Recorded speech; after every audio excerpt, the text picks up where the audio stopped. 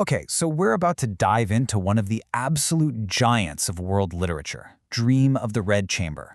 But here's the thing. This isn't just some historical drama about love or a family's downfall. It's actually a massive, beautiful exploration of reality itself. And that quote, that's the heart of the entire thing. I mean, this is a huge, sprawling epic with hundreds of characters and all these intricate plots, but it all boils down to this one powerful idea, that everything we go through, all the happiness and all the heartbreak, is as temporary and unreal as a dream. All right, let's get into it, because the story doesn't just talk about a dream, it literally begins with one. And this opening sets the stage for everything that's about to happen. So the premise is pretty wild. It's totally supernatural. We start with a divine stone, a sentient rock that can think and feel. It was left over when the heavens were being created, and it basically gets super bored and begs to go experience life in the mortal world. So, it's sent down to be born as our main character. This is so crucial. Right from page 1, the book is basically telling us, hey, pay attention, this isn't your average story. All the luxury, the romance, the tragedy we're about to see, it's all just a temporary journey for a divine being. It's all part of the dream. And right at the center of this dream is maybe one of the most famous and, honestly, heartbreaking love triangles ever written. So let's meet the people involved. First up, we've got Jia Baoyu. He's our divine stone made human. He's born into this ridiculously wealthy family, and get this, he literally has that piece of magic jade, the stone, in his mouth. But he couldn't care less about power or social climbing. He's a sensitive soul who would much rather write poetry and hang out with his female cousins. Then there's Lin Daiyu. She's his orphaned cousin who comes to live with the family. She is brilliant, witty, but also incredibly fragile, both emotionally and physically. She's always sick. The moment she and Baoyu meet, the connection is electric. They are total soulmates, and you get this sense that they've been connected for lifetimes. And to complete the triangle, we have Jia Baoyu. She is everything Daiyu isn't. She's perfectly calm, socially graceful, and super pragmatic.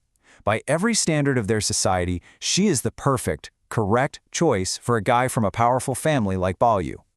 And this really lays out the whole conflict for Baoyu. On one side, you have Lin Daiyu, who represents this pure, deep, spiritual love. On the other, you have Jia Baoyu, who represents social duty, family expectations, and keeping everything harmonious. It's that classic battle, right? Your heart versus your head. Before that big choice blows up, though, the characters get to live through this kind of golden age. It's like a beautiful, perfect dream within the larger dream of the story. The family builds this absolutely stunning private garden, a literal paradise on earth, just for the young people of the clan. And in there, life is amazing.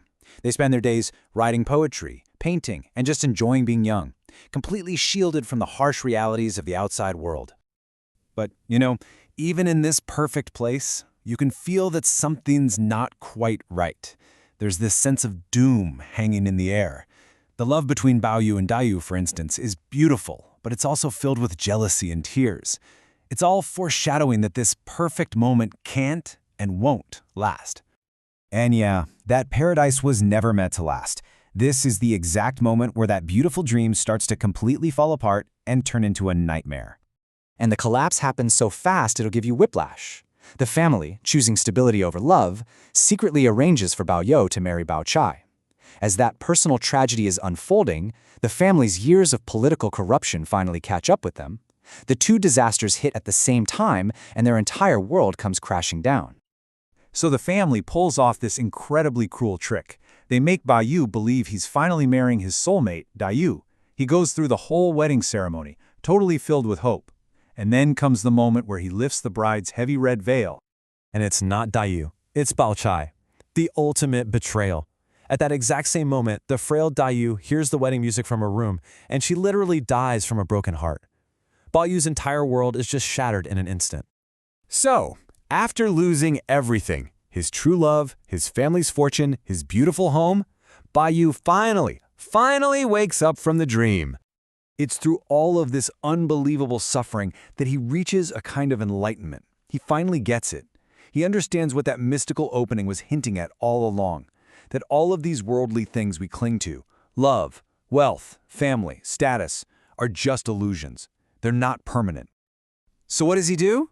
Well, he aces the big civil service exams that his family always pestered him about, and then he just walks away. He leaves his new wife, what's left of his family, and completely renounces the mortal world. He just wanders off into a vast, snowy landscape, bringing the story of the divine stone full circle. In the end, Dream of the Red Chamber does way more than just tell a story.